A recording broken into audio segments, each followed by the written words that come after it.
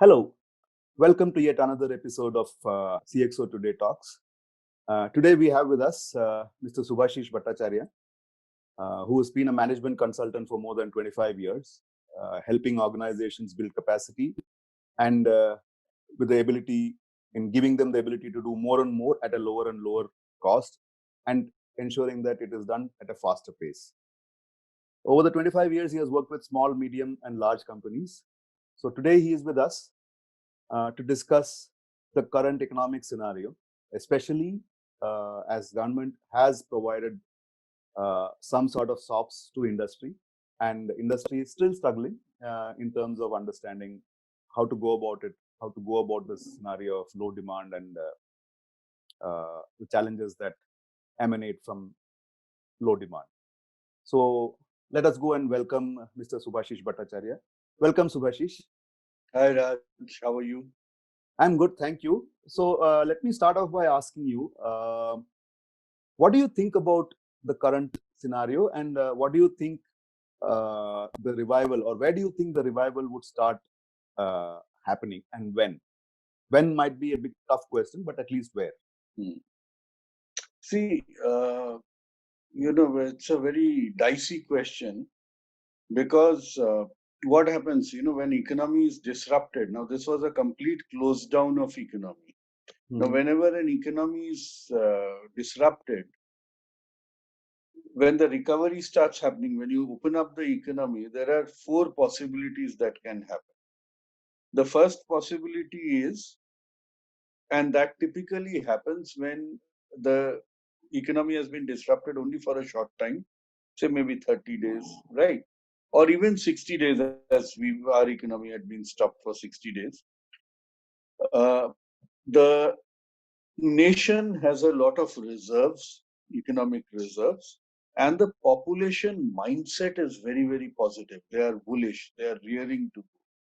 Now, under such circumstances, what happens when the lockdown happens, right? It is not that the income has stopped. What actually happens is the spending stops. Okay.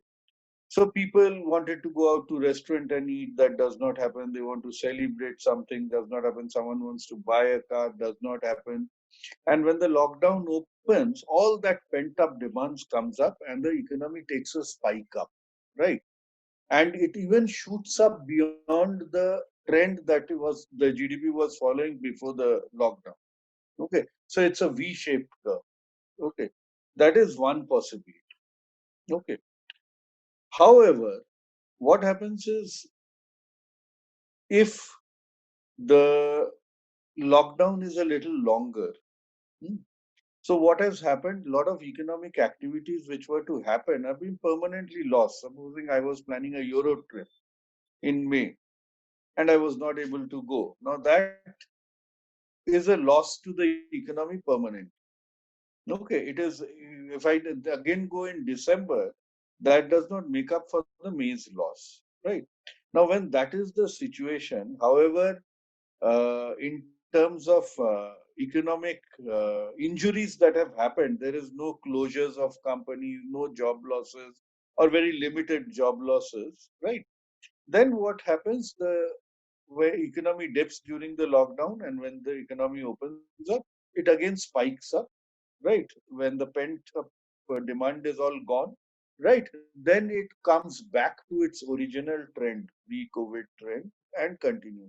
So it becomes a Z-shaped curve. It first falls during the lockdown, then it spikes up, then it comes back to that normal, and then it continues. It's a Z-shaped recovery, which is what most countries like ours is looking at.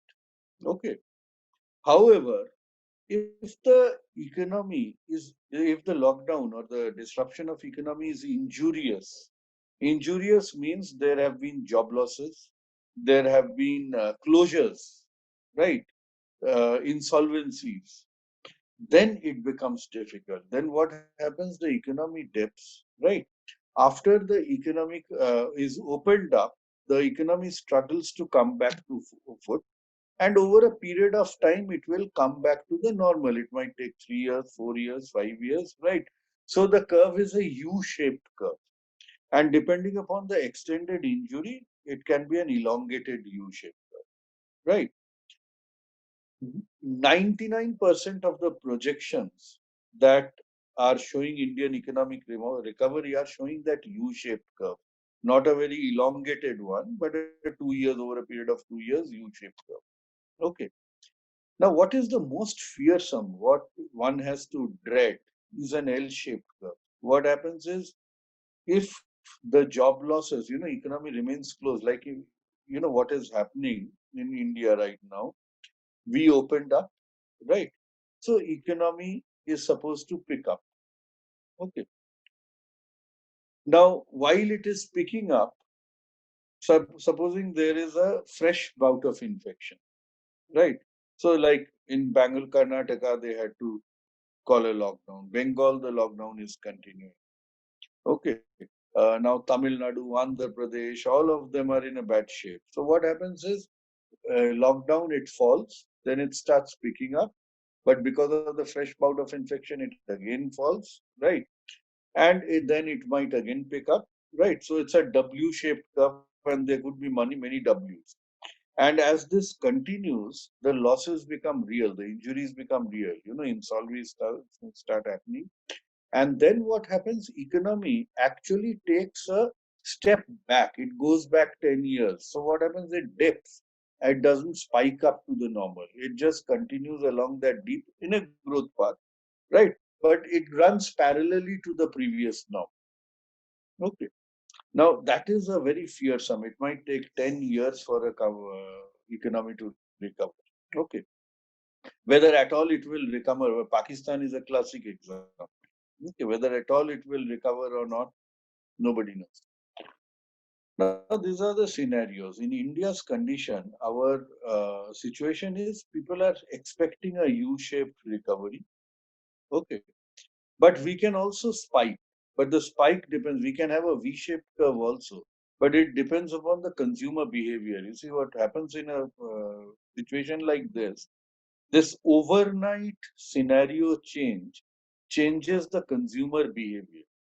So in India, what has happened? India is a consumption-based economy. So there was a very high consumption. Okay, now the consumption has come to a standstill. Okay, so we are not consuming petrol to the level we were consuming. We are not buying gold. We are not buying cars. We are not buying houses. Okay. Now it's not that people have lost all their money. People still have money, but they have suddenly become conservative. They've started saying only the essential, save the money, right? So the focus is more on saving. As a result of which, in India, spike is not possible.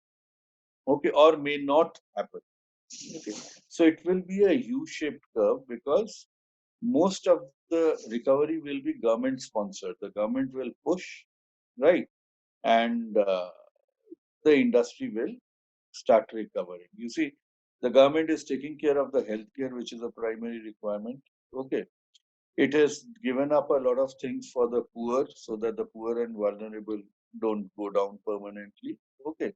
Now, what remains is the MSME. Large scale sector can take care of itself, no problem. What remains is the MSME. The problem with MSME is timing is very important. When you have to give boost to the MSME, but the timing is very important. You see what happens from a situation like this. There are certain industries which may show an organic growth. There are certain industries which may not show any signs of recovery for the next 3 years. For example, airlines industry, hospitality industry, hotel industry, they may not show a recovery for the next 3, 4, 5 years. Okay. Now, if you start giving boost at the wrong time when the curve is going down, right, then the entire money gets wasted. So our recovery, whether it is a elongated U or it is a small U, will also depend on how discerning the government is, when to release the funds, when not to release the funds, who to release the funds. These are becoming very, very Okay, fair enough. So when you speak about MSMEs per se, now the question is that where do you see, or what segments of the MSME do you see as being a key driver of growth. For example, let me just ask you, automobile industry is probably one where demand might be lower compared to what it was pre-lockdown. So what happens to the MSMEs, which are sort of ancillaries to the auto industry? The smaller ones, the fellows who are actually making smaller parts, I don't know, simple hinges and stuff like that. They're smaller guys, maybe 300, 400 crore companies who are. So what happens to them, and how does government then give the push to them and sort of time that perfectly? Yeah. See, automobile is a very interesting scenario. Automobile manufacturing, we had large scale automobile manufacturing in India. India had become like an automobile hub. Okay. And therefore, there's a huge manufacturing ecosystem that had been created. Okay. Anywhere you go, you will see an industrial space where automobile vendors are there. Okay. Therefore, logically speaking, recovery of automobile is something which can be your low-hanging fruit. But the challenge is the automobile demand itself has gone down. Okay, the demand is very, very low right now. Right, everything depends on demand. Will the demand pick up? Okay, the consumer behavior has changed. Today, people are no longer hankering for economy. They are saying, okay, I will go via an Ola, Uber, Metro, etc. In fact, the Generation X does not dream of owning a vehicle. Okay. Therefore, if the economy has to come up, MSMEs have to come up on the back of the automobile, right? Then what the government needs to do is boost the Generation X's spendability. Okay. So that they become positive, their mindset becomes positive, and therefore they start spending. Okay. And see, travel is not going to happen for a long time. Okay. So they can't spend when you boost their spending, they can't spend on travel, Europe tour, this tour, that tour. So what are their outlets? Their outlets are fancy cars, good cars, right? So it is possible to do this, but then you have to target that segment, right? And boost that. The challenge of India is India has a limited reserves, right? Now, who do you boost becomes very important. The segment we are talking about in order to boost automobile is not an economically weak section, right? So if you spend money boosting that segment, it can be a political hierarchy. Okay, because then the rural economy will start suffering. Okay. So the other way of using the automobile ecosystem is to get a lot of FDIs who will manufacture in India. Let it not be automobile, let it be anything else, medical equipment, 3D printers, whatever. But get a lot of equipment, but then they can use this manufacturing ecosystem that is there, because these guys already have an ecosystem, right? They will just shift their plant from manufacturing of automobile parts to some other parts of some other product. Okay. So these are the two possibilities. So if we are able to successfully attract FDIs, right, then the MSME revival will happen on the back of the automobile ecosystem. Okay, so yeah, that makes sense. I mean, we have seen even automobile companies making ventilators. So I think that makes sense. So now we come to the actual challenges that these MSMEs are currently facing. What would you say are the challenges, and how do you think the administration should be responding? I mean, we have a 3 lakh crore MSME package. How do you think this sort of ties to each other? The challenges and the package. Yeah, the 3 lakh rupee, this 20 lakh crores MSME package that has been announced by the government. 3 lakh crores. 20 lakh is the total. 3 lakh, sorry, 3 lakh crore MSME, that is the MSME. The fund that has been committed by the government. Okay. Now the challenge of this fund, this is a business continuity fund, right? It is not a capital investment fund. Okay. Now what it ensures, in fact, this entire 20 lakh crores being spent across MSME, right? It is basically to ensure that the economy does a soft landing, right? It is not a hard landing. Companies don't go into insolvency. See, there are 64 million uh, MSMEs in India. Okay. Now, these MSMEs, out of these MSMEs, 20% are, operate in the range of 1,000 crores, 800 crores, 900 crores, right? Even MSMEs which have 50 crores plus turnover, all of them have a business loan in terms of an OCC credit, or a bill discounting system, etc. Now, what they are doing is they are automatically extending that loan by 20%. So that creates cash liquidity for that company.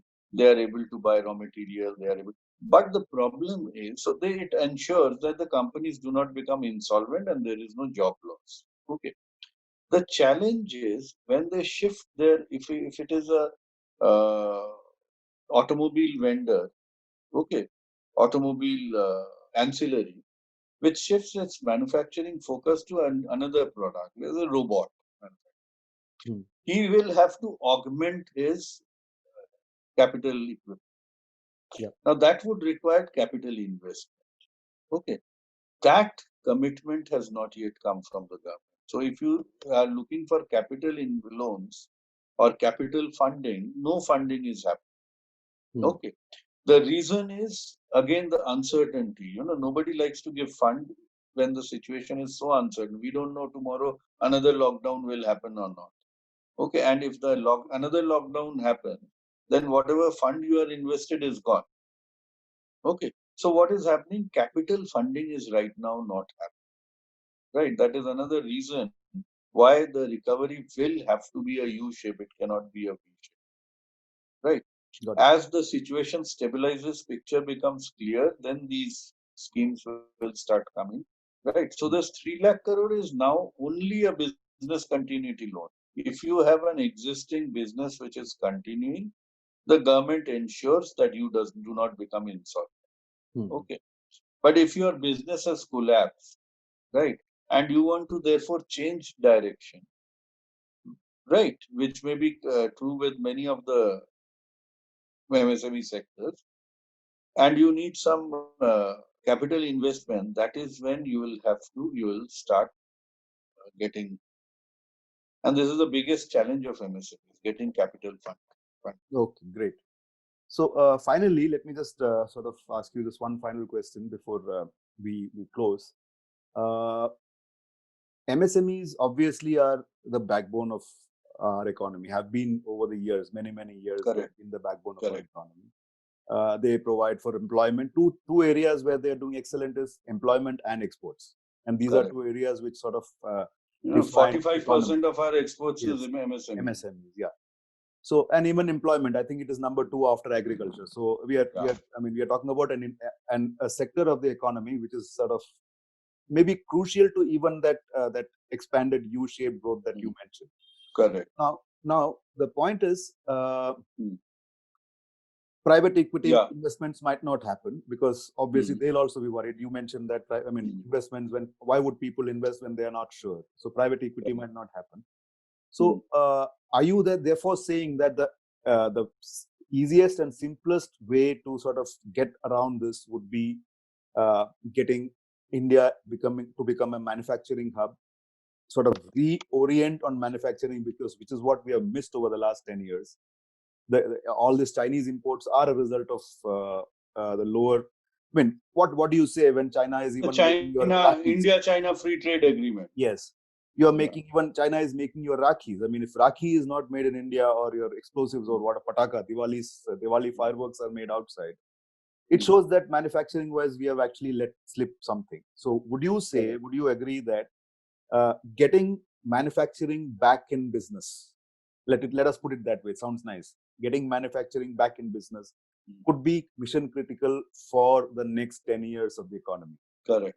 Would you agree with You that? see, yeah, absolutely, 100%. Without manufacturing, our economy will not have the robustness, resilience. Very difficult to survive. Okay, on an agriculture-based economy or a service-based. So by doing that, you also ensure that you are creating ecosystems for companies, for the big companies within India. Correct. Which basically means that you are also getting all the. So imagine like you gave the example of a auto manufacturer. They can actually set up the ancillaries. All can happen out of here. So it Correct. also ties up with the Make in India approach. Correct. Right. Correct. Absolutely. Terrific. So let me thank you, Subhashish, for being around and telling us, giving us this clarity on what the economy, how the economic revival is going to happen.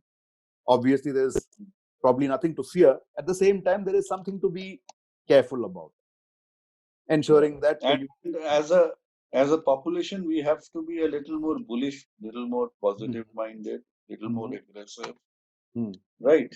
Without really losing focus on the safety aspect, the health and safety.